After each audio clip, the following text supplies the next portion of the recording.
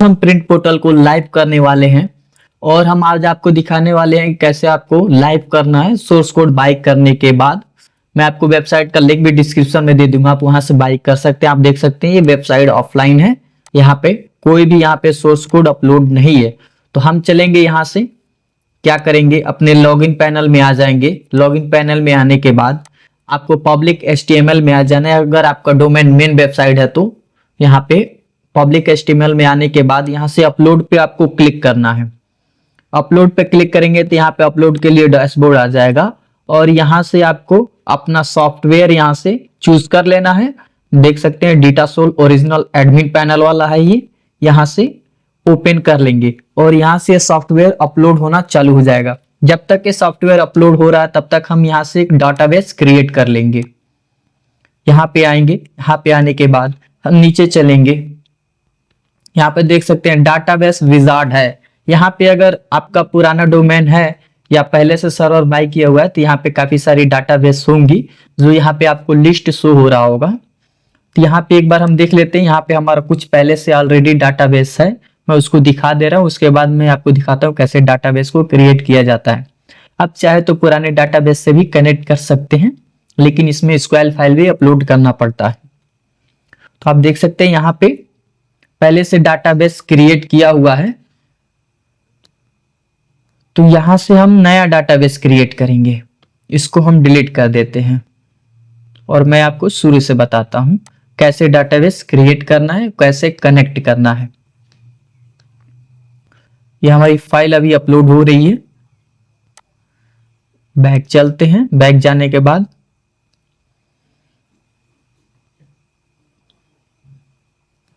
यहां से आपको कंप्लीट सारा काम करना है। टोटल मैं आपको यहां से लाइव करके दिखा देता हूं। नेक्स्ट वीडियो में मैं आपको ये भी बताऊंगा, पहले भी मैंने बता चुका है कि आप अपने प्रिंट पोर्टल से पेमेंट गेटवे कैसे सेटअप कर सकते हैं और अनलिमिटेड पेमेंट अपने खाते में डायरेक्ट रिसीव कर सकते हैं। उसका वीडियो मैंने बना दिया है, उसका डिटेल वीडियो भी चाहिए तो उसका डिटेल वीडियो भी मैं बना के डाल दूंगा और जल्दी बना करके उसको भी डालूंगा। तो यहाँ से हमारा पुराना डाटाबेस डिलीट हो गया है। हमारी वेबसाइट देख सकते हैं अभी तक लाइव नहीं है। ये बेसिकली मेरे क्लाइंट का एक वेबसाइट है, उसको मैं लाइव कर रहा हूं और फिर मैं यहाँ पे चलूंगा। यहाँ पे आने के बाद डाटाबेस पे क्लिक करेंगे। मैं ऑलरेडी बहुत से लोगों का मतलब 300-400 के आसपास लोगों का वेबसाइट बना करके दे चुका हूं। तो आप यदि मेरे से कोड लेकर मुझसे सेटअप करवाना चाहते हैं तो मैं उसको सेटअप भी करके दे दूंगा, या फिर मैं वीडियो भी बना दे रहा हूं, आप खुद यहाँ पे सेटअप कर सकते हैं।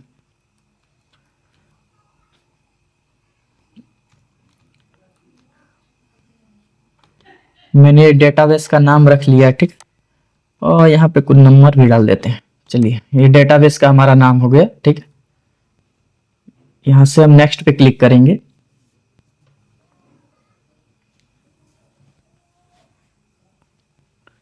यहाँ से हम सेम नाम डाल देते हैं। यहाँ से हम पासवर्ड भी यही कॉपी करके डाल लेते हैं। आप पासवर्ड कोई और अलग डालिएगा, ठीक है। आप सेम पासवर्ड मत डालिएगा क्योंकि मैं पासवर्ड यहाँ पे चेंज कर दूंगा फिर से। मैं आपको दिखाने के लिए कर रहा हूं। अब नाम यहाँ पे क्या होगा, डाटाबेस का यूजर नेम और पासवर्ड अलग रखिएगा।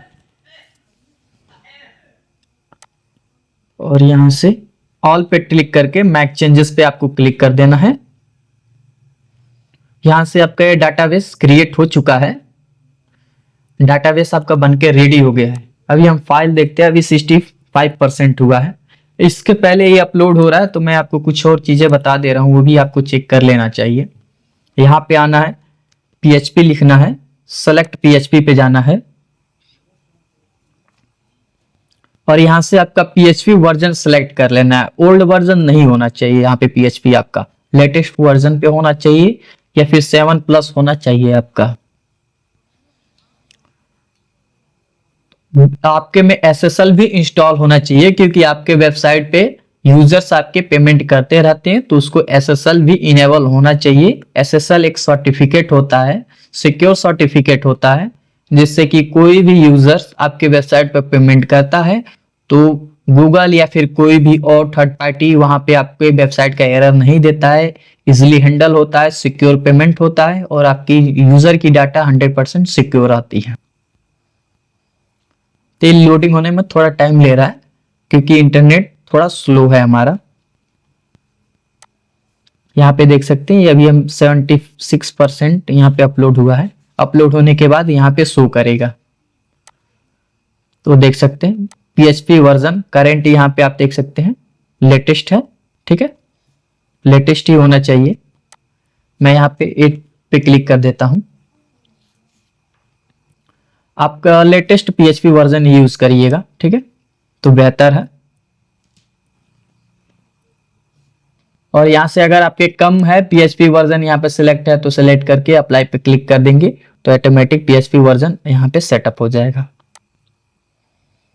और यहाँ से अभी अपलोड होने ही वाला है, कंप्लीट होने ही वाला है, तो हम थोड़ा सा वेट कर लेते हैं। चलिए हम वीडियो के यहाँ पे पॉज नहीं करेंगे, इसको पूरा कंप्लीट होने देते हैं। वीडियो में थोड़ा सा लंबा होगा लेकिन कोई बात नहीं, आपको पूरा हम यहाँ पे दिखा रहे हैं प्रोसेस को। ये चीज तो हमने चेक कर लिया। एक और चीज हम यहाँ पे चेक कर लेते हैं कि हमारे वेबसाइट में SSL सर्टिफिकेट इंस्टॉल है कि नहीं है। तो यहाँ से हम डोमेन लिखेंगे, यहाँ पे डोमेन आ जाएगा, उस पर हम क्लिक करेंगे।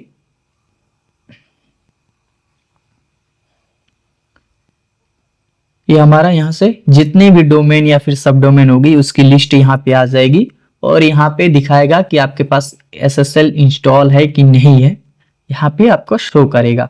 तो यहाँ पे आप देख सकते हैं HTTPS रीडायरेक्शन यानी SSL, यहाँ पे HTTPS इनेबल नहीं है। ठीक है, तो ये HTTPS यहाँ से इनेबल कर लेंगे। ये क्या करता है कि फोर्स चेकआउट प्रोसेस को यहाँ पे, मतलब जो भी होता है फोर्स करता है कि आप SSL सर्टिफिकेट के द्वारा ही वेबसाइट को ओपन करें। ठीक है, यहाँ पे हम क्लिक करेंगे, आपको SSL हम दिखाने वाले थे, ये डोमेन का क्लिक कर दिए। ठीक है, यहाँ से SSL आप क्लिक करेंगे। ठीक है, SSL यहाँ से आप देख सकते हैं SSL का स्टेटस, SSL यहाँ से इनेबल और कर सकते हैं यहाँ से।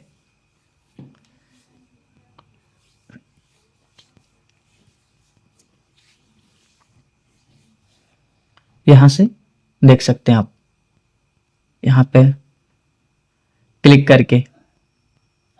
तो ये चीज है SSL सर्टिफिकेट, आप यहाँ से इनेबल कर सकते हैं, किस पे करना चाहते हैं, क्या है वो सारी चीजें आप खुद वहाँ पे जा करके देख सकते हैं। लेकिन मोस्ट ऑफ केस में SSL इनेबल ही रहता है, इनका भी इनेबल है। अब देखिए यहाँ पे अपलोड हो चुका है, यहाँ से बैक पे जाएंगे, हम यहाँ से कट कर दे रहे हैं इसको। ठीक है, यहाँ पे आते हैं, यहाँ पे रीलोड पे क्लिक करेंगे और हमने जो यहाँ पे अपलोड किया है यहाँ पे फाइल आ चुकी है, यहाँ पे एक्सट्रैक्ट पे क्लिक कर देंगे। एक्सट्रैक्ट पे क्लिक करने के बाद इसी हम फाइल में, इसी डायरेक्टरी में हम इसको एक्सट्रैक्ट कर लेंगे।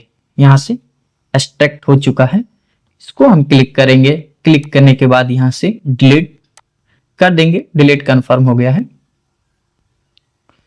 और यहाँ से हम यहाँ पे क्लिक करेंगे और रूट डायरेक्टरी को यहाँ पे मेन डोमेन पे क्लिक कर देंगे। हमारी रूट डायरेक्टरी यहाँ पे हो चुकी है। यहाँ से कॉन्फ़िगर में जाएंगे, कॉन्फ़िगर में आने के बाद यहाँ से हमें डाटाबेस का कनेक्शन करना है।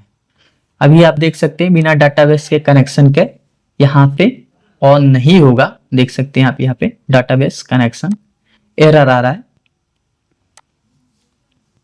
अभी हमें डाटाबेस में अपने SSL सर्टिफिकेट क्या कहते हैं SQL फाइल को भी हमें इंपोर्ट करना है। उसको कैसे करना है वो प्रोसेस भी हम देख लेते हैं। उसको बिना किए हुए हमारा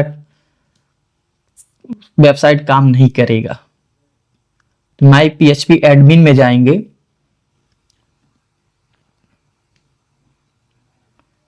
माई PHP एडमिन में जाने के बाद आपको अपना SQL फाइल भी अपलोड कर लेना है। वो कहाँ से मिलेगा, जब आप कोड परचेज करेंगे तो उसी के साथ में आपको SQL फाइल भी मिलता है। तो यहाँ पे हम देख सकते हैं 2 वाला हमने यहाँ पे डाटाबेस बनाया था, तो इसको हम क्लिक करेंगे। क्लिक करने के बाद इंपोर्ट पे क्लिक कर देंगे। इंपोर्ट पे क्लिक करने के बाद चूज फाइल पे क्लिक करेंगे और यहाँ से हम SQL फाइल को यहाँ से ओपन कर लेंगे। ओपन करने के बाद यहाँ से नीचे इंपोर्ट का बटन है, यहाँ पे क्लिक कर देंगे और थोड़ी टाइम वेट करेंगे। हमारा जो भी SQL फाइल है यहाँ पे इंपोर्ट हो जाएगा। थोड़ा सा हम वेट करते हैं।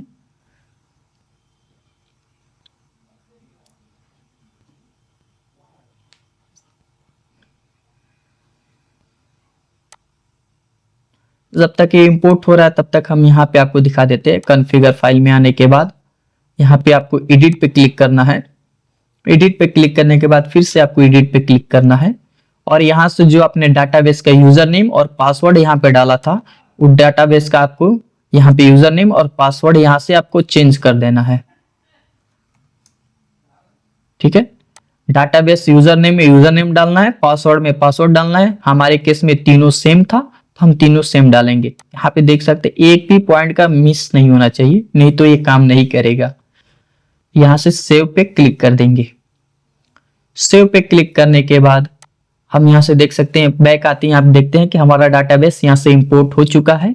ठीक है, और यहाँ से हम मेंबर पे चलते हैं क्योंकि ऑलरेडी कुछ डाटा इसमें पड़ा हुआ है, उसके द्वारा हम लॉगिन कर लेंगे या फिर हम उसको चेंज भी कर सकते हैं। यहाँ पे आते हैं, अब देखिए वेबसाइट को रिफ्रेश करेंगे तो यहाँ पे कोई भी एरर नहीं आएगा। आप देख सकते हैं यहाँ पे कोई एरर नहीं आया। लोगो का एरर आ रहा है क्योंकि लोगो आप यहाँ पे बाद में भी अपलोड कर लेंगे, क्योंकि हमने नया डाटाबेस में भी लोगो कोई अपलोड नहीं किया है। अभी हम बैक चलते हैं। आने के बाद यहाँ पे आप देख सकते हैं कुछ यहाँ पे यूजर्स और पासवर्ड यहाँ पे है, तो उसके द्वारा हम एडमिन डैशबोर्ड को लॉगिन करते हैं। अभी ओटीपी मांगेगा तो हम यहाँ से ओटीपी को ऑफ कर देते हैं, मैन्युअली यहाँ से ओटीपी को ऑफ कर देते हैं एडमिन का, और यहाँ से हम लॉगिन करते हैं।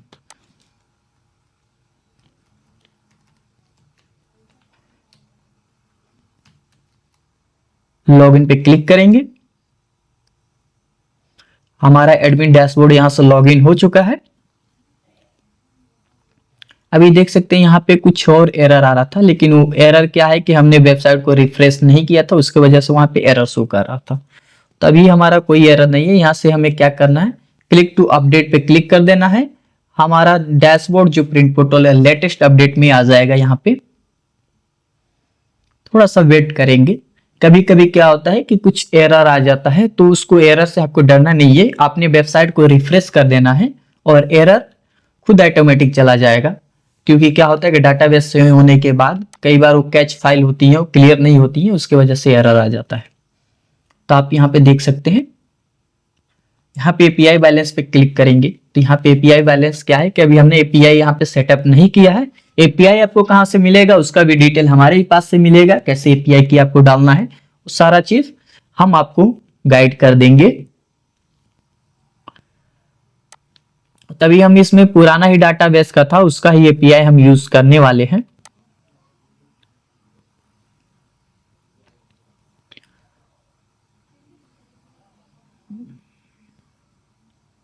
फिलहाल हम चलते हैं यहाँ पे आपको दो काम करना है। साइट डाटा पे जाना है। साइट डाटा पे जाने के बाद आपको बेस यूआरएल यहाँ से चेंज करना है। जो आपके वेबसाइट का यूआरएल होगा उससे आपको रिप्लेस कर देना है। यहाँ पे हम कॉपी करेंगे। कॉपी करने के बाद यहाँ पे आएंगे, यहाँ पे बेस यूआरएल को हम चेंज कर देंगे, अपडेट कर देंगे। हमारा बेस यूआरएल यहाँ से अपडेट हो चुका है।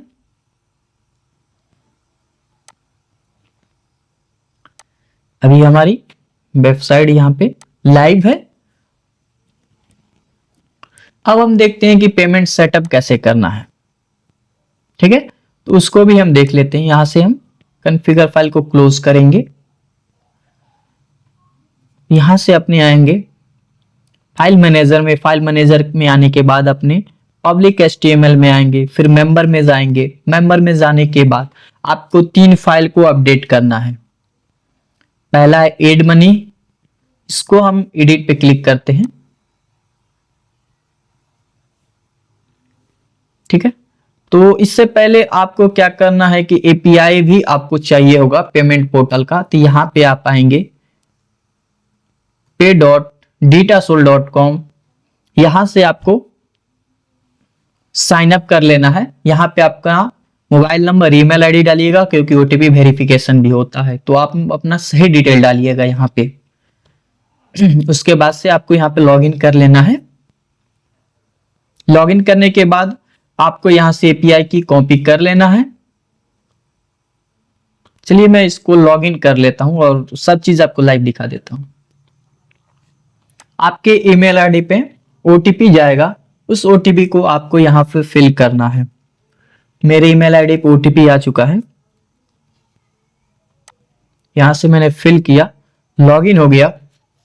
लॉगिन होने के बाद आपको यहां पे अपने मर्चेंट को कनेक्ट कर लेना है, और जो भी आपका यहाँ पे ट्रांजैक्शन होगा वो सारा चीज यहाँ पे दिखेगा। आपके पास कितना ट्रांजैक्शन हुआ, कितना सक्सेस पेमेंट हुआ, कितनी पेंडिंग्स है, सारी चीज यहाँ पे आपको दिखेंगे। यहाँ पे सारा चार्ट और रियल टाइम ट्रांजैक्शन यहाँ पे दिखता है। 1% भी ट्रांजैक्शन फेल नहीं होता है। आप इसको ई कॉमर्स, प्रिंट पोर्टल या फिर गेमिंग ऐप, किसी भी वेबसाइट, किसी भी एप्लीकेशन में आप इस पेमेंट गेटवे को इंटीग्रेट कर सकते हैं और पेमेंट रिसीव कर सकते हैं। तुरंत इंस्टेंट सेटलमेंट, डायरेक्ट पेमेंट आपके बैंक अकाउंट में ही जाता है। यहाँ पे पेमेंट 1 सेकेंड के लिए भी होल्ड नहीं किया जाता। यहाँ पे आने के बाद एड टू मर्चेंट यहाँ पे आप क्लिक कर सकते हैं, और यहाँ पे बहुत सारे पेमेंट मर्चेंट को आप यहाँ से कनेक्ट कर सकते हैं। एड पे क्लिक करेंगे, एड पे क्लिक करने के बाद यहाँ से कोई भी सिलेक्ट कर सकते हैं, और भी ऑप्शन यहाँ पे ऐड होने वाले हैं, उसको भी आप सिलेक्ट करके यहाँ से ऐड कर सकते हैं। मैंने पेटीएम को इनेबल किया है, और उसके बाद आपको ये आना है एपीआई क्रेडेंशियल्स में आना है।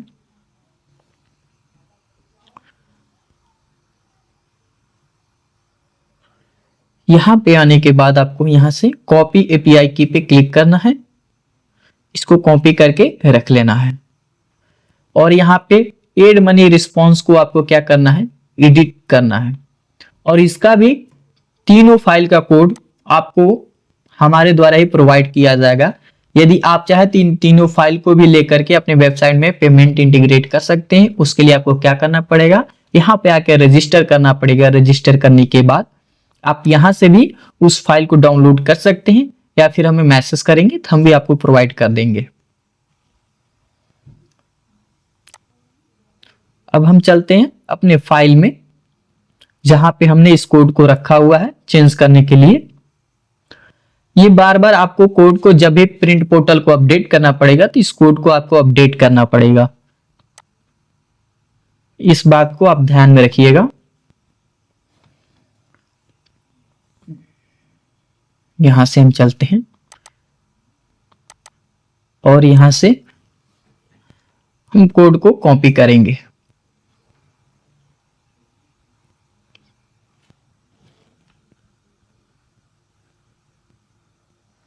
जो भी वहां से आपने एपीआई की कॉपी किया है यहां पे आपको अपडेट कर देना है।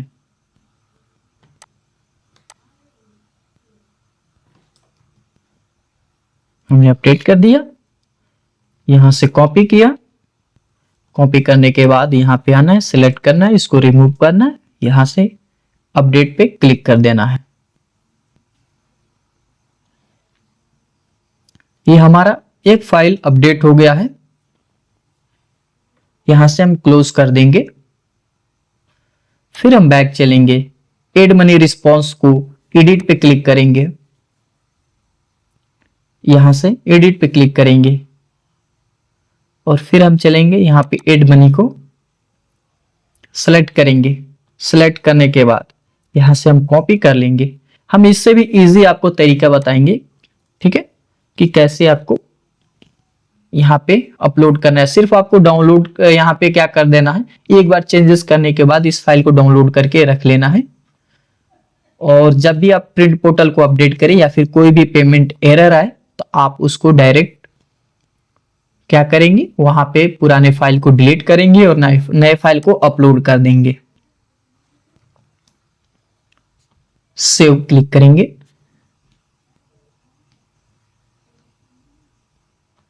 क्लोज करेंगे, फिर हम चलेंगे यहां से सेल्फ एक्टिवेशन पे क्लिक करेंगे, इसको भी एडिट पे क्लिक करेंगे और यहां से सेल्फ एक्टिवेशन कोड को कॉपी कर लेंगे। यहां पे भी जो हमने प्रिंट पोर्ट और पेमेंट गेटवे का एपीआई की कॉपी किया यहां पे पेस्ट कर देंगे, अपडेट कर देंगे, यहां से कॉपी करेंगे, इस फाइल को क्लोज कर देंगे और सेल्फ एक्टिवेशन में आएंगे, यहाँ से कोड को कॉपी यहाँ पे सेलेक्ट करके यहाँ पे रिमूव करके अपना कोड यहाँ पे पेस्ट करके सेव कर देंगे। और हम अपने फाइल में यहाँ पर मर्चेंट कनेक्ट किए रहेंगे। यदि मर्चेंट कनेक्ट नहीं करेंगे तो यहाँ से पेमेंट रिस्पॉन्स नहीं करेगा, इस बात को आप ध्यान रखिएगा। वहां पे मर्चेंट कनेक्ट करके रखिएगा। अभी हमारा यहाँ पे अपडेट हो चुका है, ठीक है। और यहां से हम एक बार रिफ्रेश पे क्लिक करते हैं। मेंबर्स में चलते हैं और यहां से हम एक यूजर को लॉगिन करके देखते हैं पेमेंट अपडेट वहां पे हो रहा है कि नहीं हो रहा है। किसी भी एक यूजर को हम लॉगिन कर लेते हैं और चलिए मैं इस यूजर को लॉगिन कर लेता हूं। यहां से इसको ओटीपी को भी मैं डिसेबल कर देता हूं। इसमें आप व्हाट्सएप एपीआई भी लगा सकते हैं, जो ऑटोमेटिक पासवर्ड ओटीपी सारा चीज आपके यूजर के नंबर पे सेंड होता रहता है। उसको लगाने के लिए आपको क्या करना है, यहाँ पे आना है WSMS, यहाँ पे आना है। इसका भी लिंक मैं डिस्क्रिप्शन में डाल दूंगा। यहाँ पे आने के बाद यहाँ पे आपको रजिस्ट्रेशन कर लेना है, अपना व्हाट्सएप कनेक्ट कर लेना है। कनेक्ट करने के बाद एपीआई की कॉपी करना है। कॉपी करने के बाद आपको यहाँ पे आना है एपीआई सेटिंग्स में, मैसेज में आना है। मैसेज में आने के बाद यहां से आपको अपने व्हाट्सएप एपीआई को रिप्लेस कर देना है। ये वीडियो थोड़ी लंबी हो रही है, लेकिन आप इसको देख करके सारा चीज को सेटअप कर सकते हैं। बहुत ही आसान तरीकों से सेटअप कर सकते हैं। यहां पे आपको दिख रहा है ये एपीआई की, यहां से आपको चेंज कर देना है। यहां तक जो 8 लिखा है यहां तक, उसके आगे नहीं जाना। यहां से आपको अपना नंबर अपडेट कर देना है जो आपने व्हाट्सएप कनेक्ट किया है। और यहां से आपको डॉट स्टोर रखा है, .xyz कर देना है, ठीक है। और यहां पे अपडेट पे क्लिक कर देना है, अपडेट हो जाएगा। अभी हम एक यूजर लॉगिन करके पेमेंट को चेकअप कर लेते हैं कि पेमेंट वाला काम कर रहा है कि नहीं कर रहा है।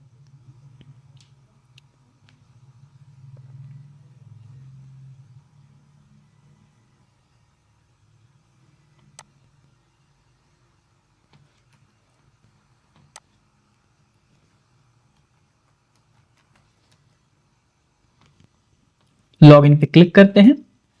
हम यूजर यहां पे लॉगिन हो चुके हैं।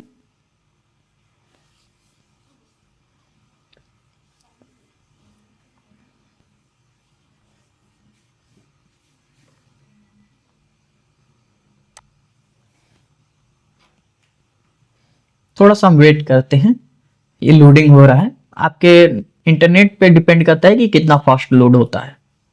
हमारा इंटरनेट अभी थोड़ा स्लो है तो ये लोडिंग में थोड़ा टाइम ले रहा है।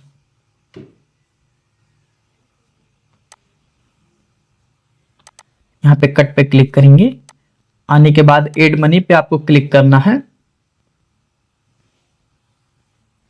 और यहां से आपको जो भी अमाउंट एड करना है, यहाँ पे अमाउंट फिल करने के बाद एड पे क्लिक करेंगे। और यहाँ देख सकते हैं जैसे आप यहाँ पे क्लिक करेंगे तो आपके सामने क्यूआर कोड आ जाएगा आपके यूजर के सामने, सेल्फ एक्टिवेशन का भी। और यहाँ से एड मनी पे क्लिक करेगा तो उसको भी। यहाँ पे जैसे पेमेंट करेगा तो यहाँ पे डायरेक्ट तो कैप्चर कर लेगा वेबसाइट, और जो पेमेंट गेटवे वो भी डायरेक्ट आपको कैप्चर करके शो कर देगा कि आपके यूजर ने पेमेंट कर दी है, और ऑटोमेटिक वहां से एक्टिवेट कर देगा और ऑटोमेटिक पैसा आपके यूजर के वॉलेट में ऐड हो जाएगा, वो पैसा आपके खाते में आ जाएगा। तो चलिए हम ₹1 पेमेंट करके यहाँ पे आपको वो भी लाइव दिखा देते हैं। यहाँ पे हम क्लिक करेंगे। क्लिक करने के बाद यहाँ से हम प्रोसीड टू पेमेंट पे क्लिक करते हैं। थोड़ा नेटवर्क स्लो है, इसके वजह से थोड़ा टाइमिंग भी ज्यादा लग रही है, नहीं तो फास्ट चेकआउट होता है। विद इन सेकेंड ये चेकआउट होता है। जैसे ही यहाँ से पेमेंट डन होता है वैसे ही यहाँ से आपकी वेबसाइट पेमेंट कैप्चर कर लेती है। देखिए यहाँ पे पेमेंट डन हुआ और वहां पे वेबसाइट तुरंत कैप्चर कर लिया कि पेमेंट रिसीव हो चुका है, और डायरेक्ट वेबसाइट को रिस्पॉन्स कर देगा। वो वहां से यूजर को एक्टिवेट कर देगा और यहाँ से पेमेंट आपके वॉलेट में ऐड करें तो वॉलेट में वहां पे ऑटोमेटिक ऐड कर देगा, आपको मैनुअल ऐड करने की जरूरत नहीं पड़ेगी।